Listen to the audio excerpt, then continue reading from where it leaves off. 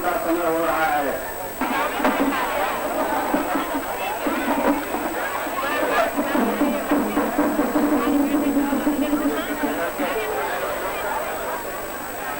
जय गुरुदेव।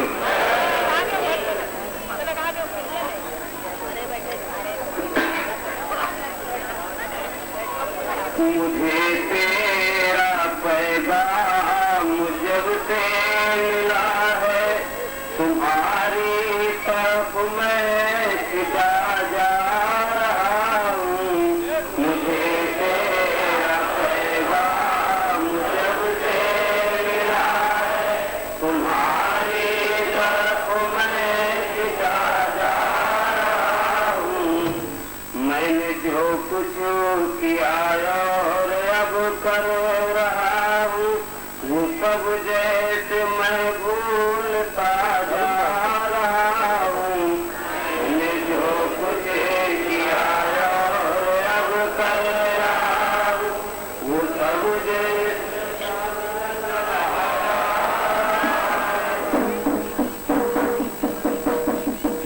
तरफ मैं खिंचा जा रहा हूँ। मुझे तेरा पैगाम जब से मिला है, तुम्हारी तरफ मैं खिंचा जा रहा हूँ। मैंने जो कुछ किया और अब कर रहा हूँ, वो सब जैसे मैं भूलता जा रहा हूँ।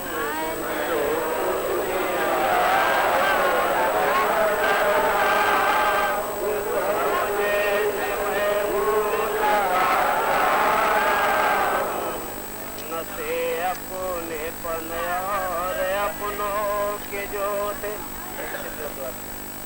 न से अपनेपन और अपनों के जो थे, उन्हें तो से झूठे मैं अब पा रहा हूँ।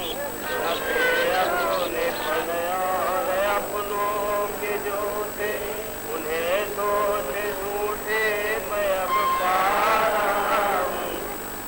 ये तन थक गया और अपनापन लुट गया।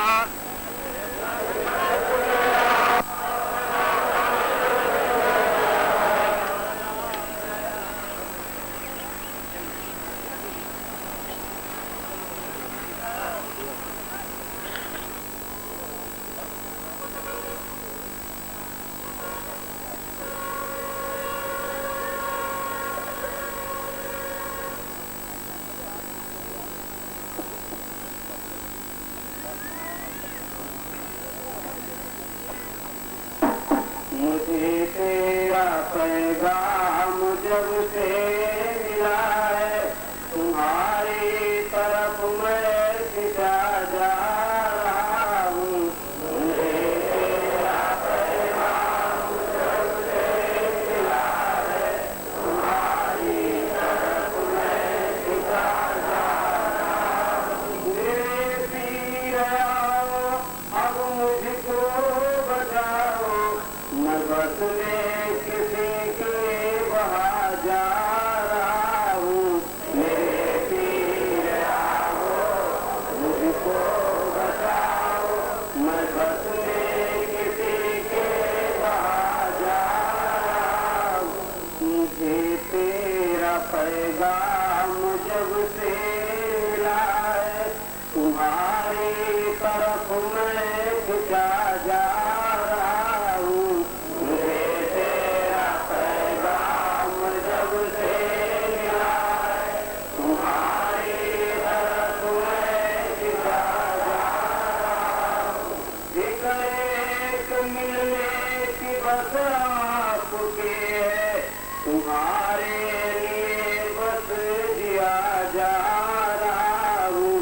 एक मिलने की बस आपके है, तुम्हारे लिए बस जिया जा रहा हूँ। आवाज आई इधर देख मैं हूँ, तुम्हें आँख रूहानी मैं दे रहा हूँ। आवाज आई इधर देख मैं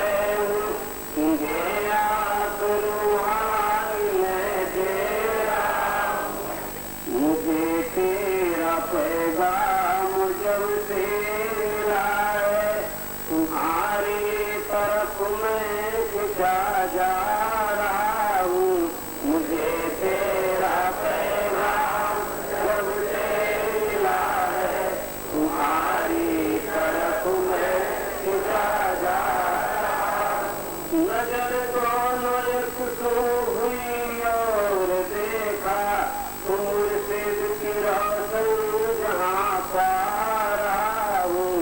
नजर दोनों एकसू हुई और देखा तुम मुर्शिद की रोशन जहाँ पा रहा हूँ। बहुत दिन से अब की मेरा भाग जागा, इस रूहानी दुनिया में आ जा रहा हूँ। बहुत दिन से अब की मेरा भाग जागा, इस रूहानी दुनिया में आ जा रहा हूँ। वो रोशन जहाँ वहाँ की हर चीज रोशन, मैं अपने को रोशन वहाँ पा रहा हूँ।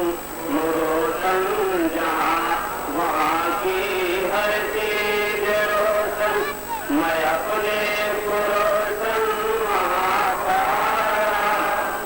अजब शान शौकत वहाँ की जहाँ की, उसे कह न पाऊँ लिख पा रहा हूँ। अजब शान शौकत वहाँ की जहाँ की, उसे कह न पाऊँ लिख पा रहा। जो पहुँचा नजारा वही देख पाया, यहाँ का मुहारा वहाँ जा रहा हूँ। जो पहुँचा नजारा वही देख पाया, यहाँ का मुहारा वहाँ जा रहा हूँ। मुझे तेरा पैगाम जब से मिला है, तुम्हारी तरफ मैं झुका जा रहा हूँ। मुझे तेरा पैगाम जब से मिला है, तुम्हारी तरफ मैं झुका जा रहा हूँ।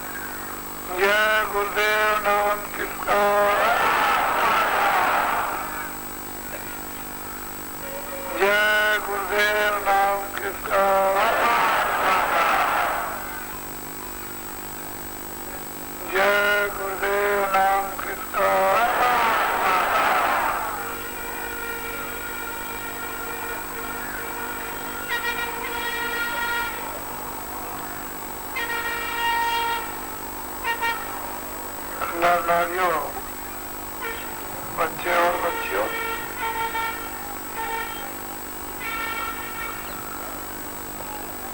आज तारीख 23 जुलाई 1985।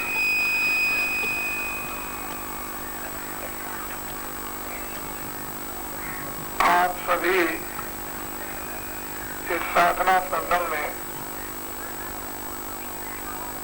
उपस्थित हुए हो और इसका जो कार्य, इसको समझने की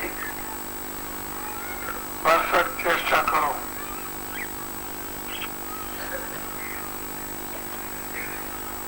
बच्चों को कैसे पढ़ाया जाता है, ये वो परिश्रम अध्यापक जानते हैं। जो लोग भूले हैं, जो लोग भटके हैं परमात्मा की तरफ से, उनको कैसे कैसे होश में लाया जाता है, शारीरिक परिश्रम को महात्मा ही जानते हैं।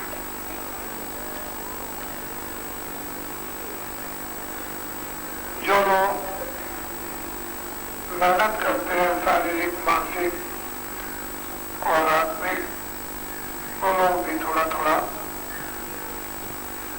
संक्षेप में समझने लगे हैं कि परमार्थ में कितनी सावधानी, समझदारी बनती जाती है। परमार्थ के वचनों को और लौकिक वचनों को दोनों को याद कर जब हम चलेंगे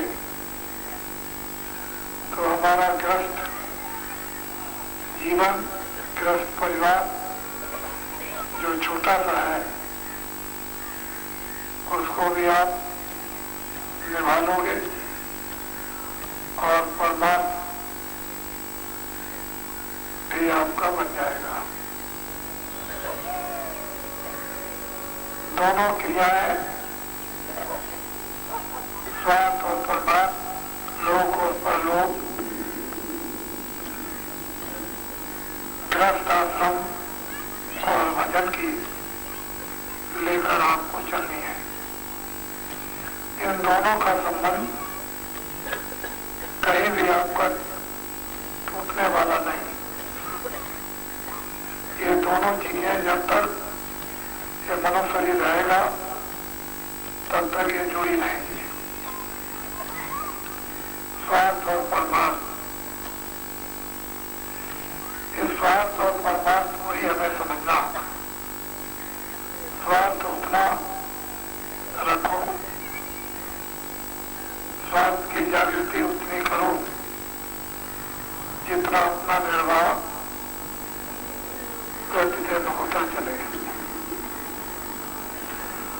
और उसमें से जो मेहनत मशक्कत कर अपने शरीर रक्षा के लिए जो भी वस्तुएं उपार्जन करो, उसमें से कुछ न कुछ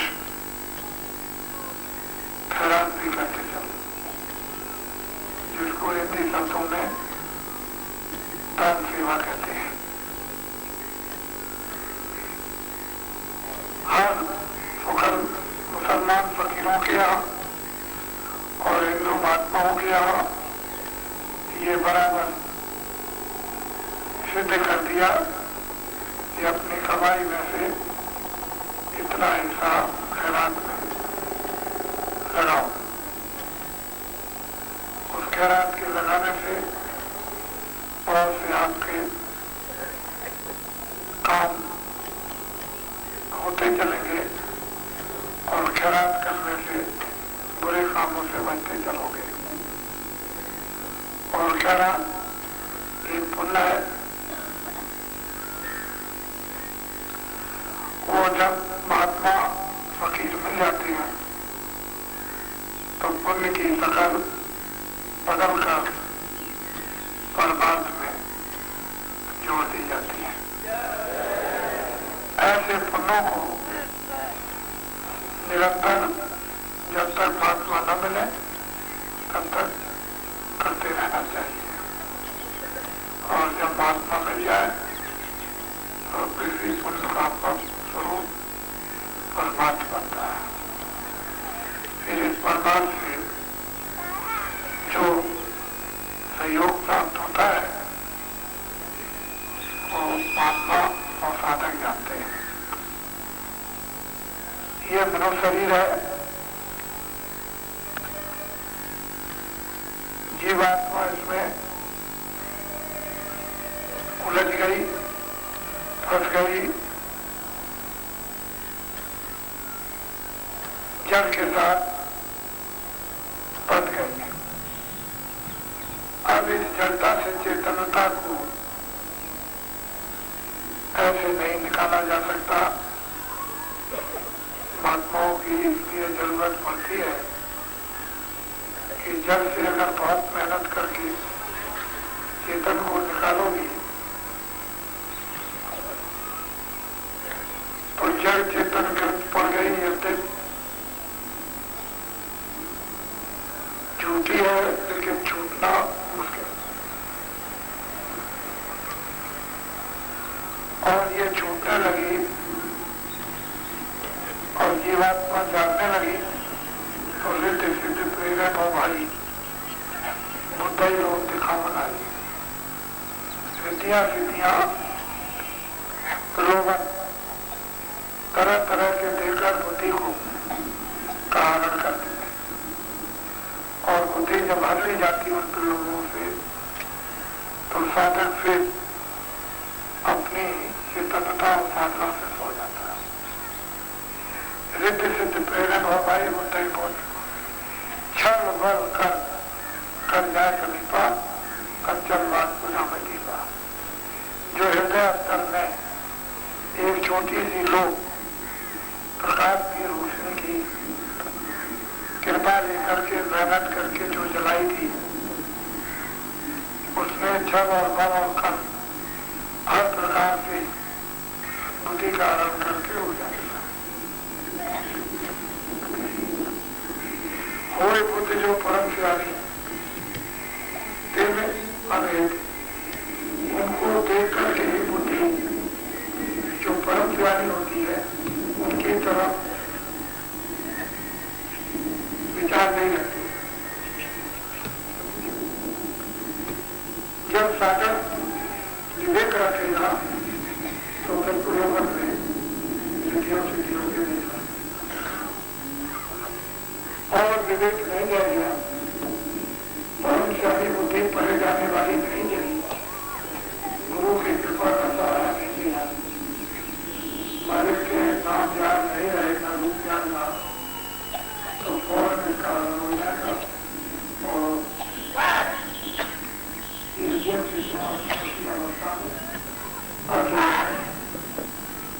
और जैसे सबकी नोट खत्म हो जाएगी।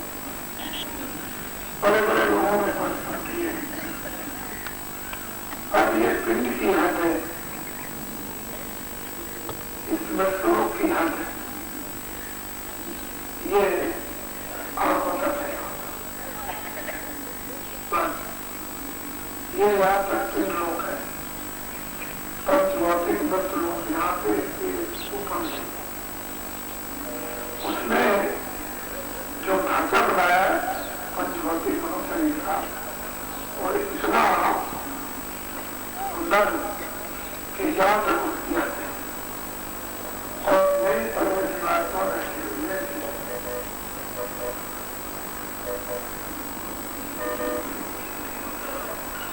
ये पिंड की है, इसके ऊपर में जब चलना शुरू होती है तो अंग की प्रारंभिक चाल है, अंग रचना स्वर्ग लेकर कुंठे पूरी लोग श्लोक 14 भवन है। इसके ऊपर यहाँ तक लोग और इसके ऊपर में अंग लोग होता है, और सभी लोग के नीचे लोग हैं। इसके बड़े और सभी लोग से लेकर निरंजन नाम सर्कल कमल और माया के लोग का ये सूचन। जब माया का लोग प्रारंभ होता है तो प्रकार होता है, माया का लोग और गम लोग वहाँ पर काम होगा। ये उसकी अलग अलग अवस्था है। अब मैं आपको ये बताना चाहता हूँ कि मृत्यु में आप बैठे हो तो जमीन है नीचे और आसमान है बहुत बड़ा अंतर है। जमीन नीचे हो गई और आसमान पर हो गया, और जो भी आप तारे तारे दिखाई देते हैं सीधे तक दिखाई देता है नीचे है, और जमीन जो है शर्मा के।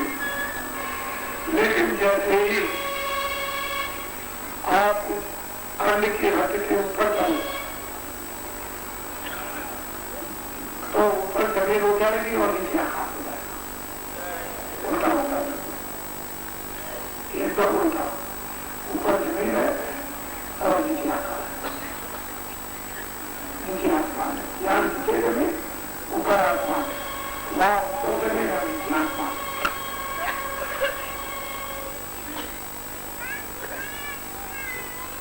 अब यहाँ जो देखने को मिलता है कि पेड़ खड़े ये खड़े यहाँ पर आया घास है, पत्ती है, यहाँ तो देखते हो पत्ती ऊपर है। अगर ये पत्ती ये ना हो तो ये कोई शोभा नहीं। चुना है तो जब जमीन ऊपर है और नीचे आकाश है तो वहां भी कुछ होना चाहिए। वहां की जमीन तो ऐसी नहीं जैसे यहाँ नीचे जमीन है, ऐसी जमीन है। वहां की जमीन पर जब खड़े होते हैं, बैठते हैं, चलते हैं तो बहुत कोमल, बहुत मुलायम है। मखमल क्या उसकी तारीफ करेगा, और तो कोई चीज तारीफ उसकी कहीं नहीं करती, ऐसी मुलायम है।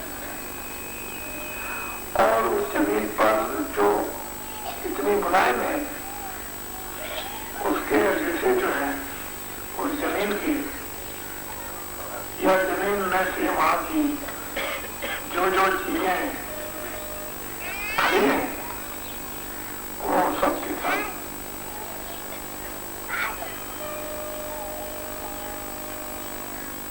चमकती है। हीरा उसके सामने कुछ नहीं, ऐसे उसकी चमक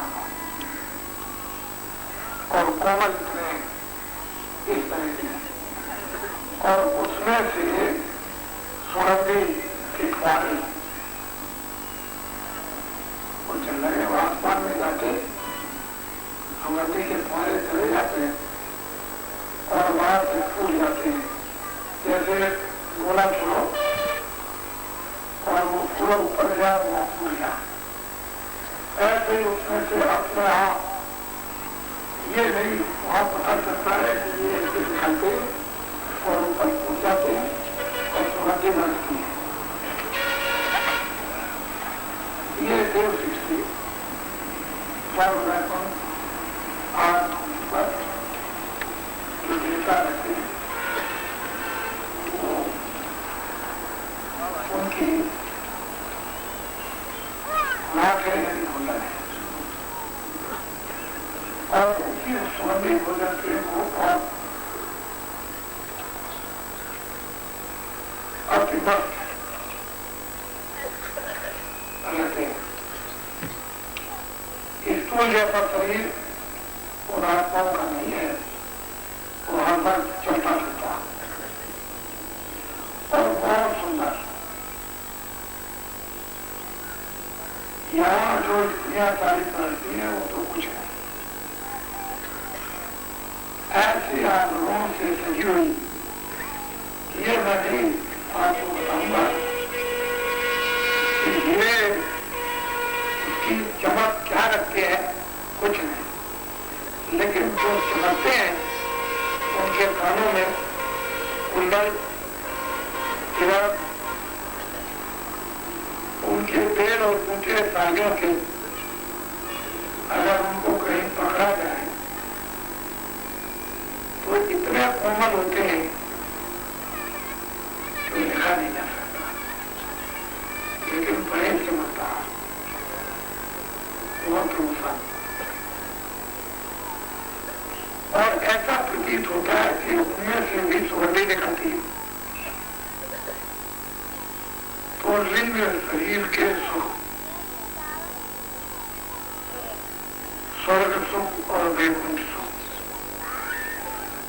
उस सुख का यहाँ कोई भी पीड़ा का, दर्द का, दवा का, रोग का, बीमारी का, रोने का मार का, पीठ का, तीर का, तलवार का, बच्चे जाने, बच्चे आने, मरने, मौत आदि का कोई दुख नहीं।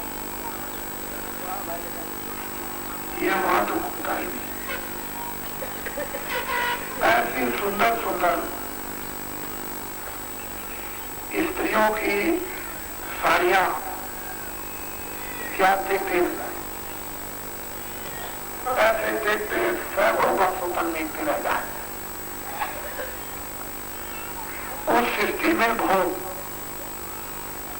ये मैं तुम सृष्टि है, और लिंग सृष्टि में, देव सृष्टि में भोग दृष्टि से होते हैं। उससे दिमाग से भोग होता है। वैसे ऐसा भी मालूम होता है कि वहां बच्चे भी हैं, लेकिन ऐसे बच्चे भी हैं जैसे ये, इस तरह से बच्चे मालूम, पर बच्चे मालूम होते हैं, पुरुष भी मालूम होते हैं, स्त्रियां भी मालूम होती है, लेकिन ये कपड़ा नहीं है जो आप है, ये शरीर में यही कपड़ा नहीं। बहुत सुंदर उस रूप को तुम देखो तो मोहित हो जाओगे, तो तुमको कहीं जाने की इच्छा ही होगी। इतना मनमोहन का रूप, इसलिए देवताओं का जिन लोगों ने वर्णन किया है, उन्होंने कोई कल्पना नहीं की है। जो सत्य है वो सत्य है। चाहे यहाँ की सृष्टि थोड़े दिन की हो, चाहे यहाँ की सृष्टि में थोड़ा ही सत्य हो, छड़े, लेकिन सत्य यहाँ भी है। इसी तरह से यहाँ की सृष्टि का भोग जो भी उन्होंने अवध रख दी है, उतना स्वर्ग वैकुंठ आदि लोक सृष्टि का भोग, उसकी अवध उन्होंने रख दी तक भोग को। सूक्ष्म सृष्टि का शक्ति लोग निर्मित का था ब्रह्मांड, उसका उसकी भी अवध है, वहां का इतना भोग, और फिर उसके बाद में ब्रह्मांड का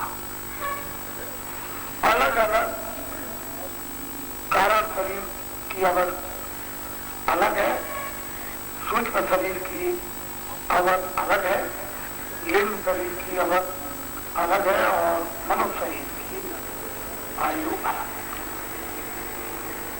अपने अपने लोक में जाकर कमाई करके उतने दिन वहां का भोग भोगने के पश्चात कारण शरीर वाले भी आ जाते हैं, सूक्ष्म शरीर वाले भी आ जाते हैं, लिंग शरीर वाले भी आ जाते हैं, और स्थूल शरीर के तो यहाँ रहते ही हैं, अलग अलग उसका। स्वर्ग आदि देवलोकों में इस प्रकार के झूले पड़े हुए हैं कि उनके 24 घंटे नृत्य, हर क्षण, उधर ऐसी रात नहीं, न ऐसा दिन, न ऐसी गर्मी, न ऐसी बरसात, न ऐसा जाड़ा, और वो लोग उस पर बैठ करके झूले झूलते रहते हैं। वो कितने झूले सुहावने, जो कुछ भी दृश्य महापुरुषों ने साधना योग राधा प्राप्त किया देखा, वो सब सही है। हम उन साधनाओं से महापुरुषों से बहुत दूर हो गए। ब्रह्मा की अर्धांगिनी सावित्री, विष्णु की अर्धांगिनी लक्ष्मी, शिव की अर्धांगिनी पार्वती, इसके बाद इन तीनों की माता आद्या मां करती, और निरंजन भगवान की अर्धांगिनी आद्या करती। उसके बाद माया जो स्वतल कमल निरंजन भगवान के ऊपर, ब्रह्म की अर्धांगिनी माया, जिसको ओम कहते हो। इसके ओम की परे प्रकृति, प्रकृति की अर्धांगिनी भाग, बस ये इधर तक। लेकिन प्रकृति में कोई फंसना नहीं है, देखना ही देखना, फंसना तो नहीं। कोई आवरण नहीं है, कोई गंदगी नहीं है, कोई रोक टोक नहीं है। लेकिन इतनी सुंदरता और इतनी रचना, इतनी दिव्यता, इतना आनंद वहाँ है कि आप क्या जा सकोगे वहाँ। बड़े बड़े भी इधर से उधर जा सकते। ऐसे ऐसे उसने विधवत स्वर्ग में कौन बात करता है, उसमें उसने ऐसी ऐसी रचना बना रखी है कि पूरा का पूरा स्त्रियों का लोक, उसमें दूसरा स्त्रियों के अतिरिक्त कोई मिलेगा ही नहीं। तो आप उधर क्या कर सकते हो साधन करके, आपके बस की बात नहीं है। जब आप वैकुंठ में जाओ तो लक्ष्मी लक्ष्मी इतनी लक्ष्मी, उस लक्ष्मी के रूप में वो देवियां ही देवियां। आप क्या कर सकते हो विष्णु के पास, आप भी जा सकते हो। इसी तरह से पार्वती ही पार्वती ऐसे शिव के पास भी जा सकते हो। आद्या महाशक्ति के रूप में आते आद्या महाशक्ति, ये जितना सारा संसार है इससे मालूम कितने गुना ज्यादा शक्ति लोग है और उसमें स्त्रियां हैं। तो ये रचना ऐसे वैसे उसने नहीं की थी, बहुत ही सोच और समझ और विधान के साथ उसने रचना की थी कि शक्ति लोग के परे कैसे जाओगे, कैसे ईश्वर का दर्शन वहां से दल कमल में बैठ करके होगा जो बैठे। इस तरह से माया ही माया, माया के रूप में ब्रह्म रूप में स्त्रियां, फिर उस ब्रह्म का साक्षात्कार कैसे तुम कर सकोगे। आप ये संतों ने अति दया की, ऊपर से नीचे तपस्या की और सत्पुरुष से तपस्या करके वरदान उन संतों ने मांगा जो गुप्त थे।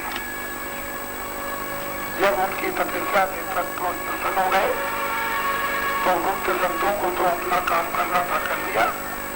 लेकिन सत्पुरुष ने संतों को वहां से भेजा कि वो तो वहां रहेंगे गुप्त में, आगे जाओ और प्रगट का काम जाकर के करो।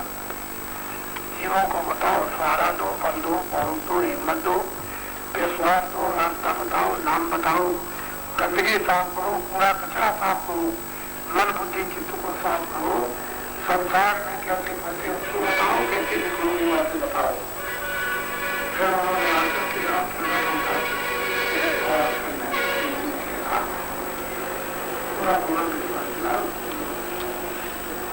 सब जीवों को विश्वास तो होता नहीं था, लेकिन जब उनकी शक्ति देखी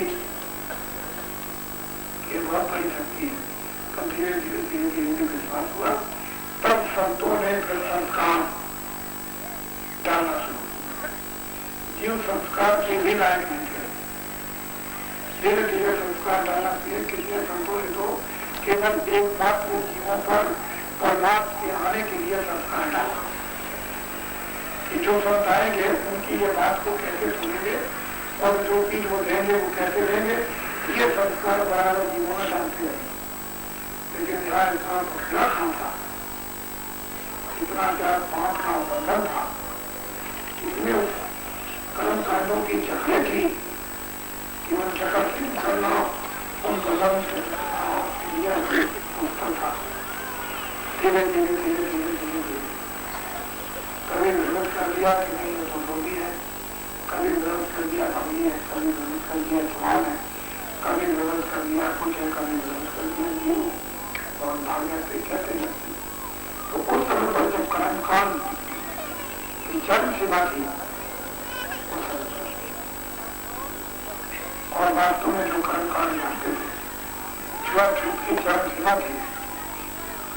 कोई आदमी छू नहीं सकता, गला नहीं छू सकता, बदन को नहीं छू सकता, कपड़े नहीं छू सकता, इसका सबका पालन लोग करते हैं। संतों का मार्ग सामने रहता है। धीरे धीरे धीरे धीरे अब आपको अपना खानपान, अपना खानपान, अपना विवेक और विचार किया। अब जब तुम इसमें गिर गए तो कुछ नहीं रह जाता, कोई कार्यगत होता है। तो अंदर में क्या राज है, अंदर में क्या लीला हो रही है, कैसे कैसे दृश्य हो रहे हैं, किसके बात से रचना विवेक कारीगरियों से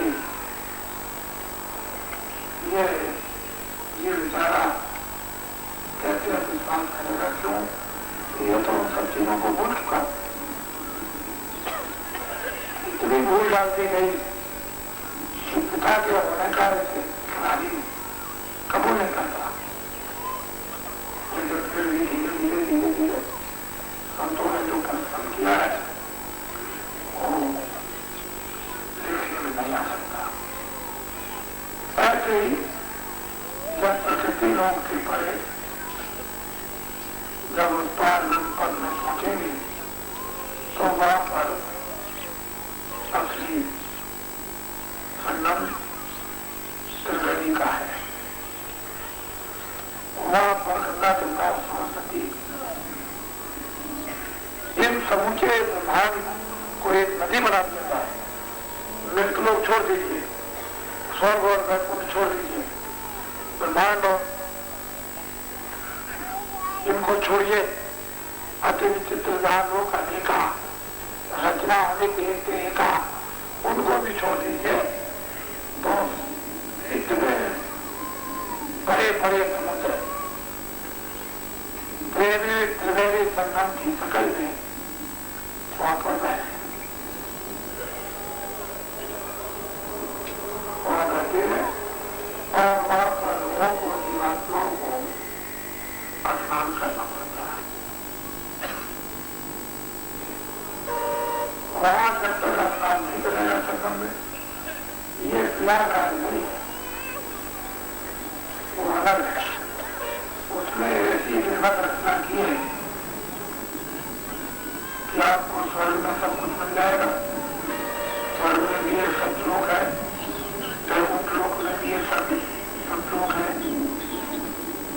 ब्रह्मांड में भी एक सतलोक है, ब्रह्मांड में भी एक सतलोक है, इसके ऊपर भी एक सतलोक है।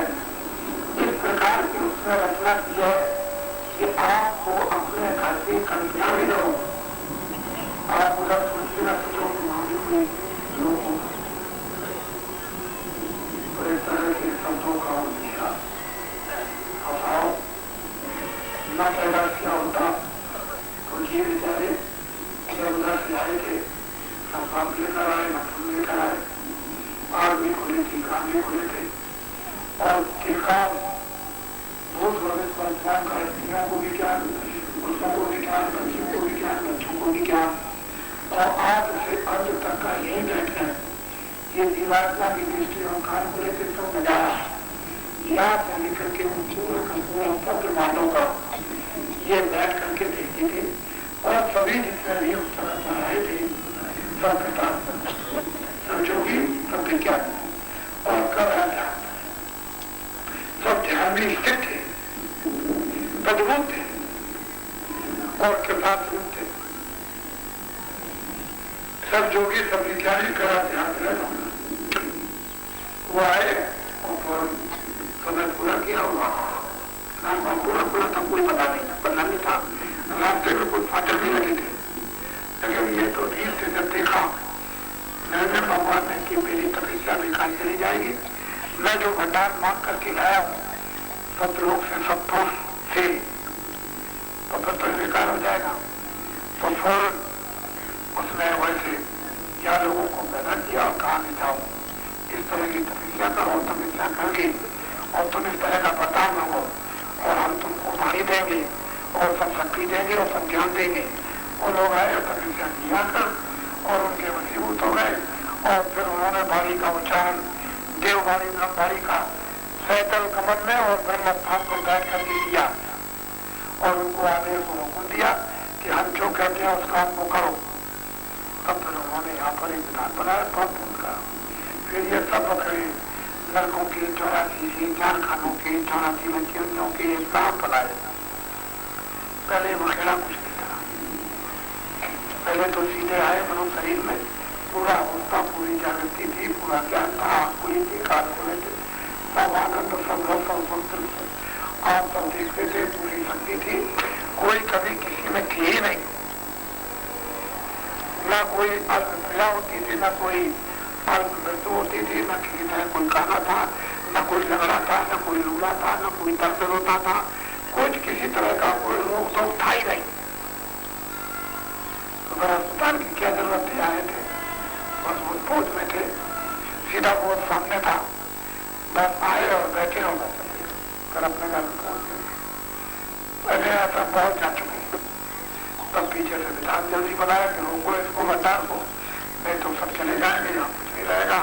फिर मेरे को कितने चुका और कल तक तो पीछा सब उसकी करनी होगी, फिर बड़ा मुश्किल हो जाएगा। इतनी मुश्किल में तो मैंने ये राज मांगा, तो आपको तो ये सब भेद मालूम है, कुछ जानते नहीं हो। इसलिए ऊपर में जमीन ऊपर है, नीचे आकाश है, यहाँ साफ हो या नीचे जमीन ऊपर आकाश। बस वहाँ के सूरज और चांद जो आसमान और जमीन में लगे हुए हैं, जो खिले हुए उगे हुए हैं, ये घास क्या चीज है? कुछ नहीं। ये घास की कोई गिनती नहीं है। इतने सूरज और चांद जमीन पर उगे हुए हैं, वहाँ की जमीन पर मकबल क्या चीज है? अगर उस पर बैठ जाओ तो लाखों मील उस पर बैठ करके नीचे चले जाओ, इतनी स्प्रिंग होती है, इतना बनाया है। तो असल में चीज है, वो सुख था, शांति थी, वो आनंद था, वो शक्ति थी, वो होश था। अब क्या कहा जाए, तो खुशी और हो गया और तुम छोटी चीजों में आकर पहुंच गए। अब अगर तुमको एकाएक दिखा दिया जाए तो अभी प्लान छोड़ दोगे 2 मिनट, 1 मिनट क्या सेकंड नहीं लगेगा और बस एकदम पागल हो जाओगे। और ये बिजली का करंट तो कुछ नहीं लगता है, तुम गिर पाओगे एकदम। तो जितने लोग देखेंगे सब पक जाएंगे, या कुछ नहीं, या तो पागल हो जाते हो कहीं छोड़े कौन आएगा आपके पास। शुरू में जब मैंने ऐसा पसंद किया और तो एक जगह जब ऐसी घटना हो गई तो उस गाँव के आज तक आदमी कभी नाम नहीं लिया। नशा तो उतर गया, जो नशा चढ़ाता बेहोश हुआ था वो तो उतर गया, लेकिन बड़ी मुश्किल से 6 महीने में उतार पाया। 6 महीने लगे नशे को उतारने, हो गया कुछ है ये कुछ नहीं है, ना स्त्री है, ना बच्चे, ना कुछ है ही नहीं, कुछ इस तरह से। तो संतों महात्माओं ने किसी के आश्रम में कोई बाधा नहीं डाली, कोई तोड़फोड़ नहीं किया, कोई अवधान नहीं किया, गृहस्थाश्रम को मुख्य रखा, सर्वोपरि रखा, आदेश दिया गृहस्थाश्रम में रहो और उतनी चीज तुमको दी जाएगी जितना तुम हजम कर। इसके अतिरिक्त ज्यादा आपको नहीं मिलेगा कि आप बेहोश हो जाओ, उतना ही दिया जाएगा जिससे होश रहे और हजम कर सको। बदौसी में आगे हजम न कर सके तो पागल हो जाओ। तो सब बड़े होशियार है, बड़ी सावधानी से बनता है। तब इस कलयुग में संतों ने जीवों के साथ कल्याण का काम शुरू कर पाया। वो अगर अपनी अलमस्ती में काम करते तो कोई भी उनके पास नहीं आता, बहुत मुश्किल था। इस तरह से समय समय चढ़ाई होती है, लेकिन एक जीवन में आपका यदि ये काम हो जाए तो बहुत ही उत्तम और मानव जीवन आपका सार्थक हो गया। आपका ये भाग्य है कि आपने मानो थोड़े दिन के जीवन को सार्थक बना दिया।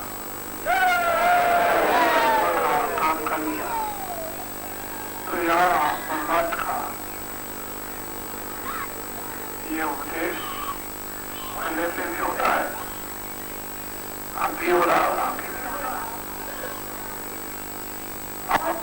बहुत से लोगों ने अपनी मन और विवेकहीनता के कारण ये जरूर कहा कि बाबा जी राजनीति में आ गए, मुझे कोई पद की ख्वाहिश है नहीं, पहले दिन थी, अब नहीं, हमारे इसमें नहीं। सबसे बड़ी बात ये थी कि जब दुनिया में मैं खुद ढटोरा पीट रहा था तो मैं तो 60 से ऊपर हूं, तो मुझे तो कोई नंबर मिलने वाला नहीं। तो लोगों को ये सब सोचना चाहिए था कि जो 60 से ऊपर है वो 60 की बात कर रहा तो उसका तो नंबर आएगा ही नहीं। लेकिन लोगों ने अल्प बुद्धि से ये कहा कि मैं इतना नहीं प्लान है, न मैं पहले राजनीति में था न और न मैं भविष्य में हूं, लेकिन राजनीति को जानता था। ये जरूर है कि राजनीति किसको कहते हैं, आप लिखित में संपूर्ण जनता के साथ, सारी भारत की जनता के साथ एक इकरारनामा कर दीजिए और मुझको 5 साल का, इन 10 सालों को मौका दे दीजिए। अगर 37 साल का इतिहास बदल करके आराधना कर दें तो बाबा जी को आप कभी बाबा जी कहिएगा ना।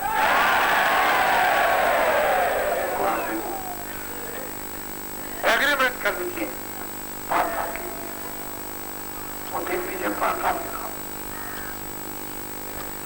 आप उसको जानते ही नहीं वैसे ही। वो कहा नहीं है कि वो मट्ठे में लठ मारते तो घी नहीं निकलेगा।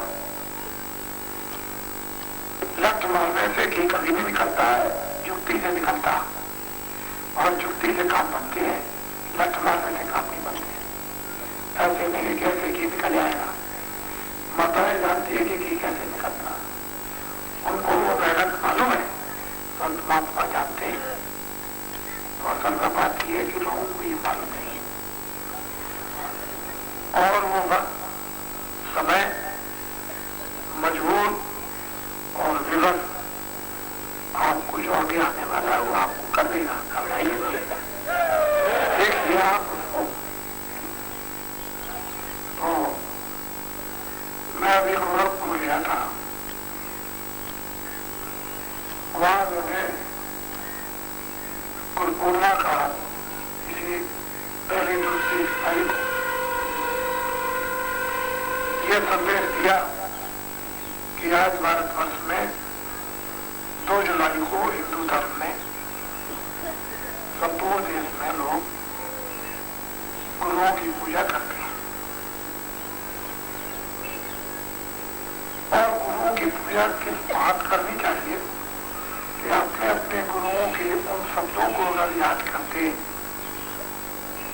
कि जिनकी 2 जुलाई को आपने पूजा की तो उन्होंने ये बात कभी नहीं कही होगी कि आप चोरी करना, आप डकैती करना, आप झूठ बोलना, आप धोखा देना, आप बेईमानी करना, आप किसी को मारना, किसी के साथ जुल्म करना, कत्ल कर लेना, ये तो आपको गुरुओं ने कहा नहीं। वो तो आपको कोई और नई शिक्षा देते रहे। जिस तरह से माँ बच्चे को, पिता बच्चे को शिक्षा देता है, अध्यापक भी विद्यार्थी को शिक्षा देता है, गुरु ऐसे को शिक्षा देता है, इसी प्रकार से उन्होंने शिक्षा देंगे तो उन शब्दों को तो आपने माला बनाकर कहना है और गुरु पूजा कहते हैं, गुरु पूजा करते हैं।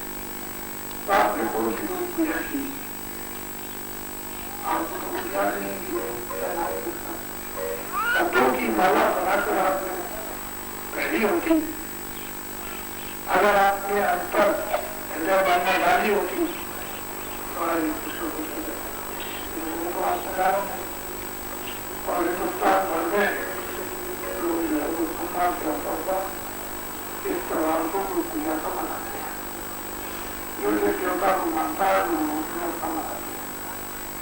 उनको एक अच्छी बात, एक अच्छा संदेश, गुरु का क्या है, गुरु पूजा किसको कहते हैं, और गुरु की पूजा कैसे महत्वपूर्ण होती है। तो जब तक आप दीपक को नहीं जलाओगे और उस मंदिर में रोशनी प्रकाश नहीं होगा तो आप पूजा कैसे करोगे।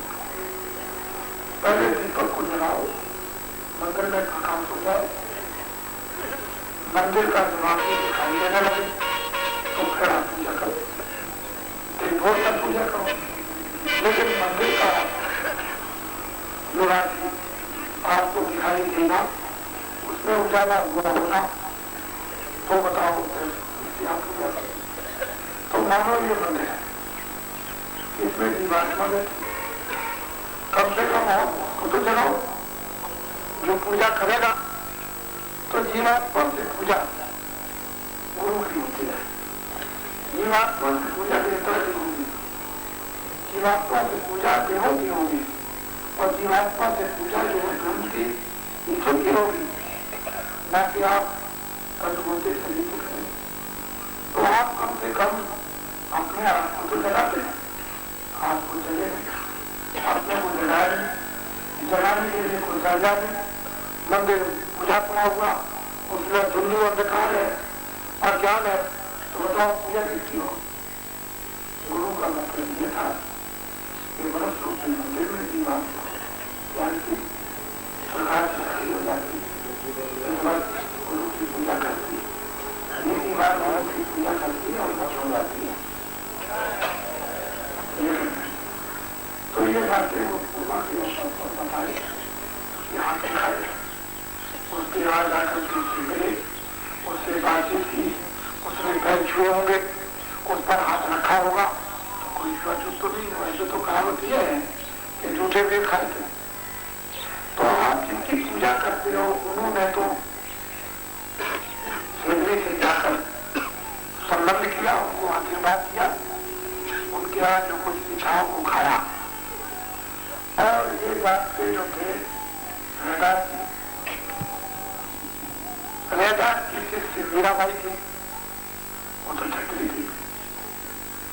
कम से कम आपको यही सोचना चाहिए था कि कृष्ण भगवान तो जगवंशी थे, लेकिन आप तो ब्राह्मण, आप तो छत्री, आप पैर पूछ सेवा करें।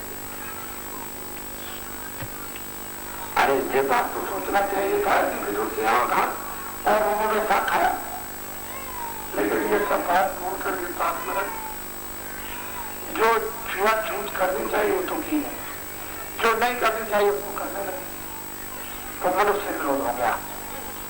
विरोध बुराई से होगा, मेले की तरह से घृणा बुराई से होनी चाहिए।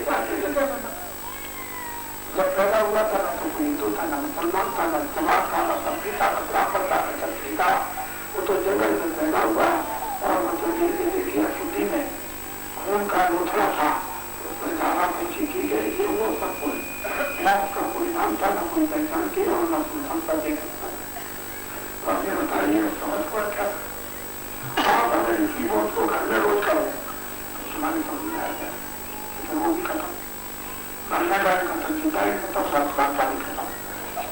तो मेरी बात बड़े ध्यान से सुने और आप लोग अपने अपने कहते को रखें। इसमें अगर बाबा जी की बात को आपने प्रार्थना के रूप में दिल्ली वालों ने जो दिल्ली में शासन करते हैं उन्होंने, जो लखनऊ में शासन करते हैं उन्होंने, जो मध्य प्रदेश भोपाल में शासन करते हैं उन्होंने, जो महाराष्ट्र मुंबई में शासन करते हैं वो, जो कलकत्ते में शासन करते हैं, कर्नाटक आंध्रा में शासन करते हैं वो, अगर बाबा जी की बात पर सामूहिक रूप से विचार न किया तो आगे भाई आप लोग सब परिणाम भोगने के लिए तैयार रहेंगे। इसको आप याद रखिए। तो हम प्रार्थना करते हैं, चाहे वो दिल्ली हो, चाहे लखनऊ हो, चाहे भोपाल हो, चाहे कलकत्ता हो, चाहे कर्नाटक हो, चाहे आंध्रा हो, चाहे वो जयपुर हो, चाहे पंजाब हो,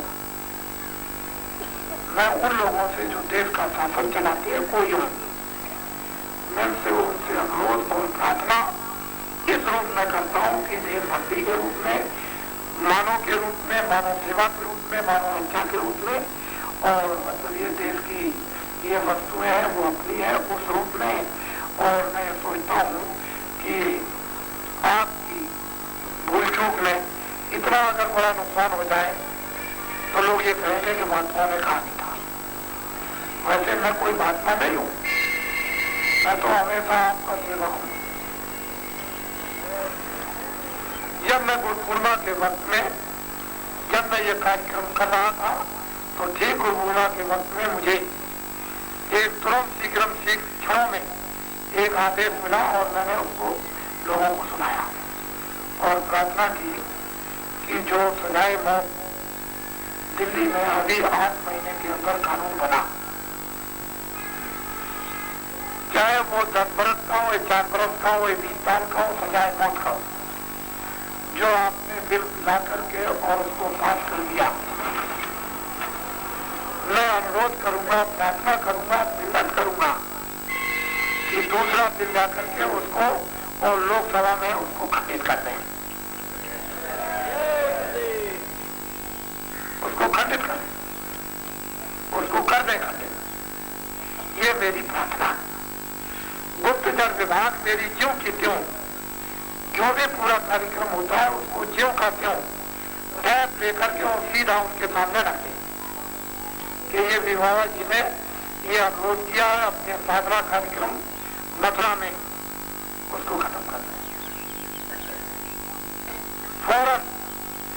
और जिन लोगों को भी जिस रूप में भी पकड़ करके उन्होंने बंद किया हो और जिन पर कोई जुर्म नहीं लगता और बंदे उनको तत्काल फौरन रिहा कर दे, ये मेरी प्रार्थना है। गोरखपुर में जब मुझे मालूम हुआ कि जनता ने इनको चुन लिया, अगर आप उन पर कोई अपराध लगाते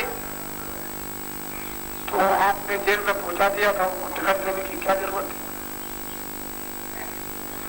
अपराध लगा देते, टिकट मत देते, चुनाव मत लड़ाते,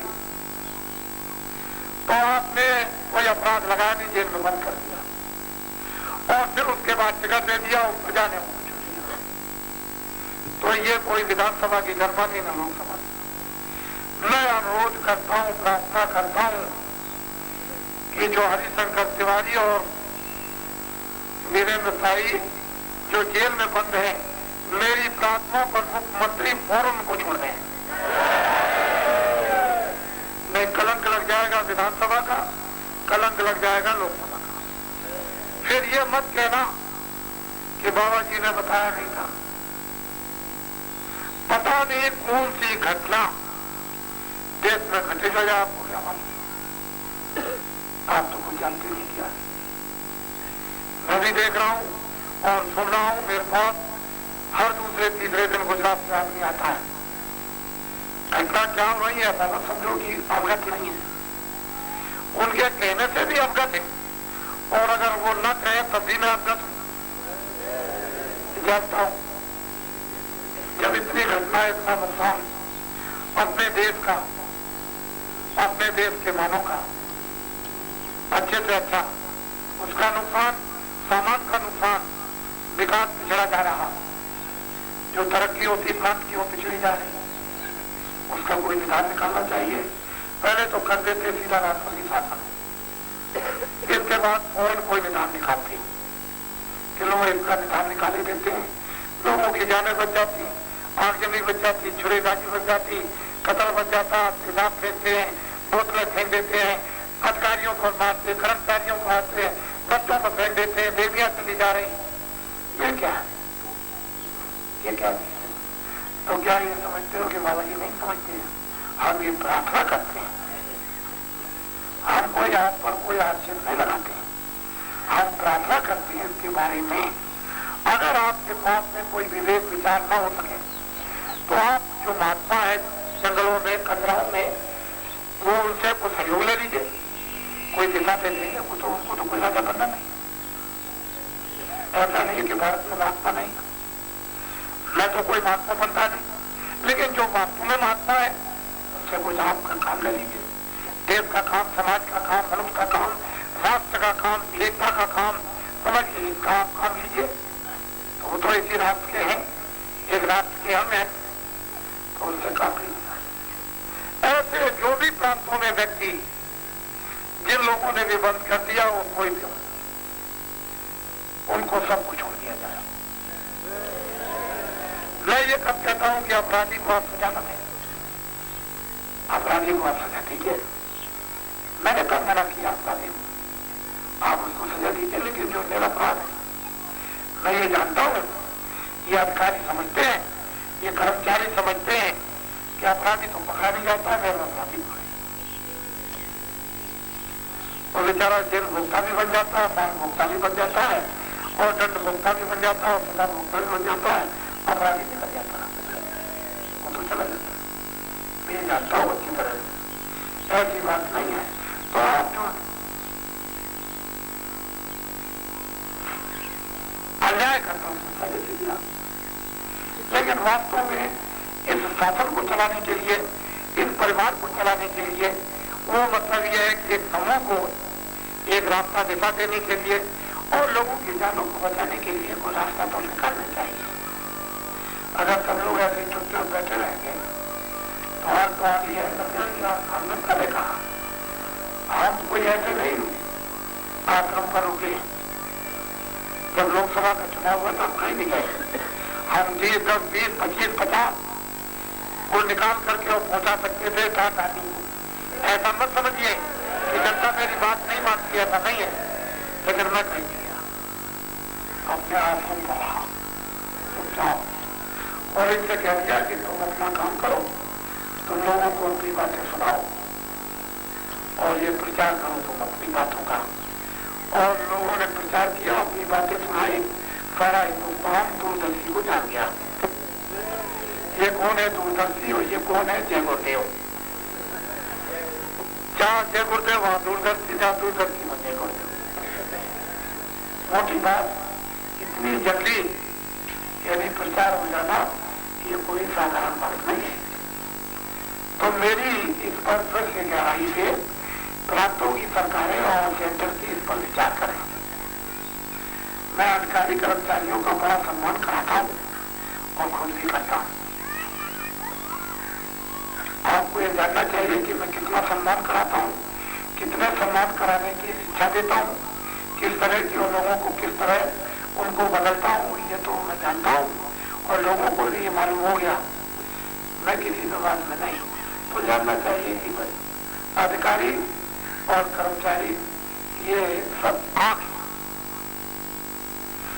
ना वो कर्नाटक, ना वो आंध्रा, ना बंगाल, ना वो दिल्ली और ना वो लखनऊ, वो कोई आंख नहीं है।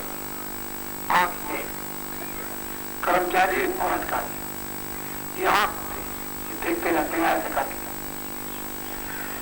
जो अंधे होते हैं वो कहते हैं नहीं जो तुमने देखा हो मत करो, तो ये बताओ तो कौन करेगा।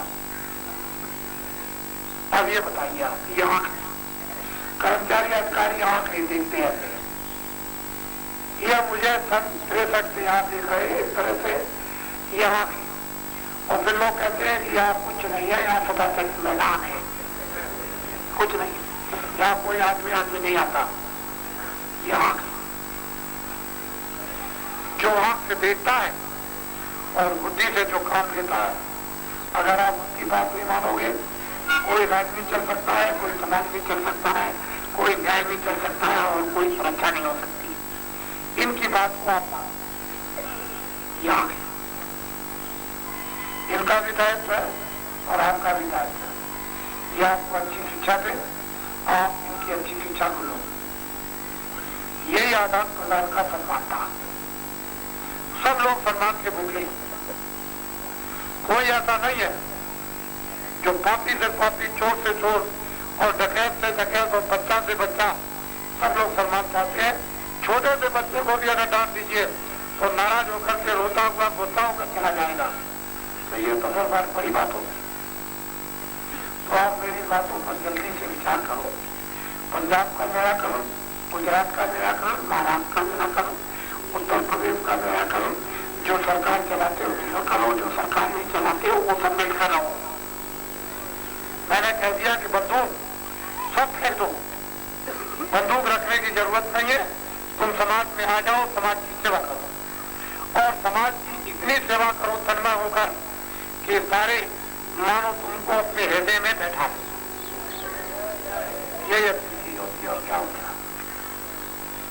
जो हृदय में बैठा लेगा तुम्हारी सेवा से लोग अपने हृदय में बैठा लेंगे, बैठा सकते हैं, कभी नहीं हटा सकते। तो मैं न्याय बात करता हूं, मैं कोई ऐसी बात नहीं करता। मैंने दिल्ली में भी पहले संदेशा दिया था कि जब तारदारियों को कितने लाख को ले गया था तो मैंने कहा था कि आप लोग इस पर अभी विचार कीजिए, तेज मत। और अगर आपने इस पर विचार नहीं किया तो भारी से भारी लोगों को खमियाजा उठाना पड़ेगा। आखिर हुआ कोई बोलो, हुआ कि नहीं? वो कोई वो टैप भी सब है, लिखा भी सब है, वो कोई ऐसी बात नहीं है जो टैप नहीं है। सब टैप रखे हुए हैं, सब लिखा हुआ, सब पर्चे भी है, सब कुछ है। लेकिन आप किसी की बात को अपने हित की भी नहीं मानते हो तो दूसरे के हित की कैसे मानोगे? जो तुम्हारे खास हित की बात करे, जो सरकारों की बात करे, जो राष्ट्र के हित की बात करे, जो समाज और देशभक्ति की बात करे, उसकी भी बात नहीं मानते तो फिर किसकी बात मानोगे? तो कुछ नहीं। इसलिए मैं अपना थोड़ा सा बीच में नाम देना चाहता हूँ। आप नाम मान लीजिए, अपनी चीज ये है, आपको रात भी छोड़ना है, आपको दिल्ली भी छोड़नी, आपको लखनऊ भी छोड़ना है, और आपको यहाँ से भी छोड़ना और मुझे भी छोड़ना है। अभी किराए से मकान, किराए से तुम्हारा भी समय निर्धारित। बस मैंने अपना काम कर लिया तो मैं नहीं किया, वो कर लो। ये सीधी बात है, ये सीधा साधा सच्चा है। लेट के करो, बैठ के करो, खेत में करो, खलिहान में करो, सुबह करो, शाम को करो, चट्टी में बैठ के करो। इसके लिए समय कोई नहीं सीखता है। 24 घंटे में जब समय मिल जाए बस शराब पीना और मांस मछली अंडे निकालना। बीड़ी तंबाकू पी सकते हो, उसके लिए मना नहीं, पान खा सकते हो, सूरती खा सकते हो, लेकिन मैं तो नहीं खाता। मैंने तो कभी बीड़ी नहीं पी, कोई तंबाकू नहीं खाई। लेकिन जो बच्चे बीड़ी वगैरह तंबाकू नहीं खाते हो वो नहीं खाएंगे। बस शराब पीने वाले तो मतलब ये कि शराब मत पियो, उसको छोड़ दो। जो नहीं पीते हैं बहुत अच्छी बात है। और शराब का प्रचलन इस कदर जोर शोर के साथ में बढ़ा कि 12 वर्ष का बच्चा भी शराब पीने लगा। मैं तुमको चश्मदीद आंखों से दिखा दूं। और ये वक्त जमाना आया कि 12 वर्ष की लड़कियां बोतल लेके जाती हैं शराब की दुकान पर और शराब लेके चल जाती है। बताइए क्या होगा?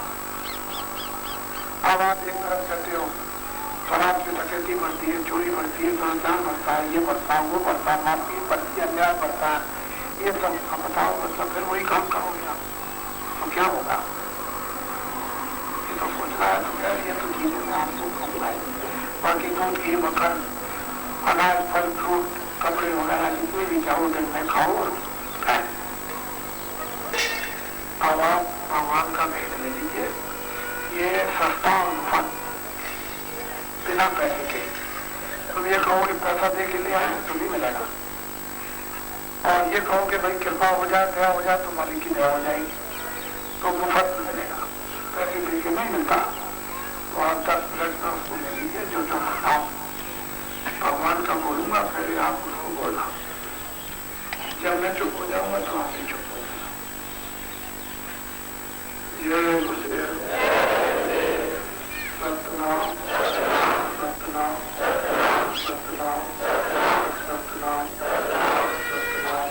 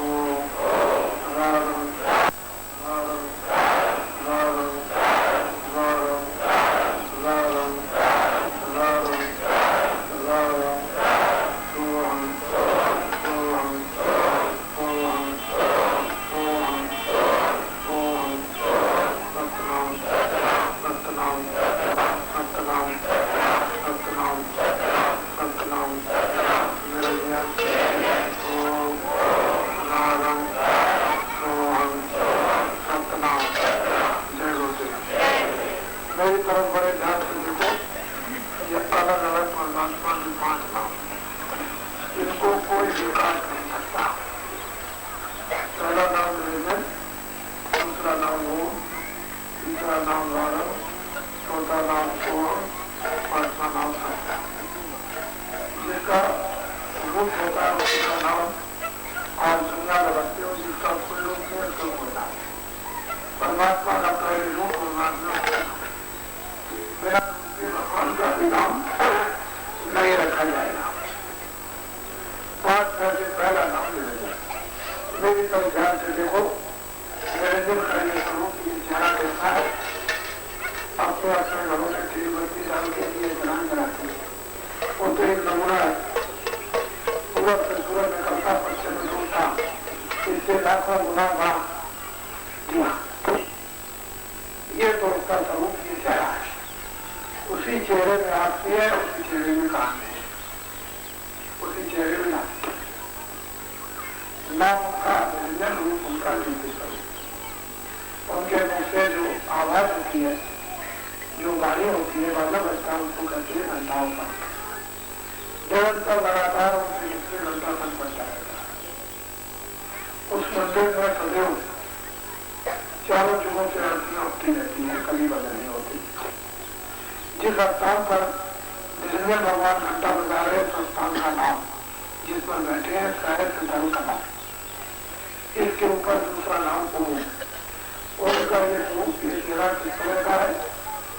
जब ये सूरज निकलता है तो थोड़ा थोड़ा नाम, थोड़ी देर में लाभ निकल जाएंगे। इससे लाखों गुना ज्यादा नाम, और अच्छी गाड़ी कभी भी गलती उड़ा नहीं लेता। नाम उनका ओम, रूप उनका नाम सुनिए, और उसी में पूरा स्वरूप बना हुआ उनके मुखार से जो आवाज होती है उसको कहते हैं बादलों की गणन में बता। गड़ बादल करते रहते हैं, बता बचता रहता।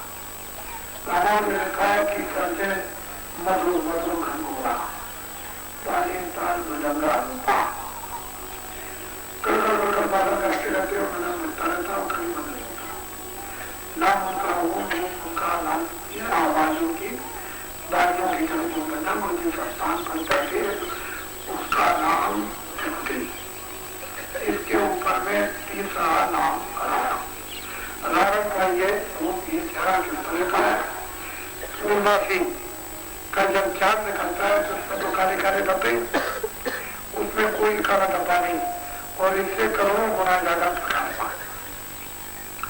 नाम रावण, रूप उनका पूर्णमासी जैसा पूरा चांद, और उनके मुख से जो बाजा बजता है वो किंगरी और सारंगी बराबर ऐसे बजती रहती है। देखो ये बराबर ऐसे बजता है किंगरी और सारंगी, और उनके रहने का स्थान 10वां द्वार, इसको कहते हैं पारना।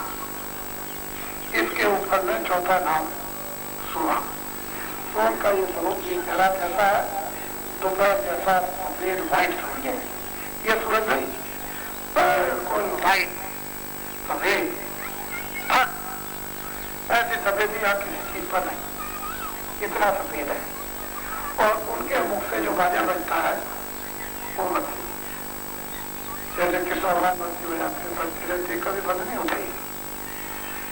रहने का स्थान बना हुआ। इसके ऊपर में 5वां नाम सतराम। सतराम का ये स्वरूप ये चेहरा कहता है, अरबों सूरज अरबों चांद एक एक रोम में प्रकाश करते हैं।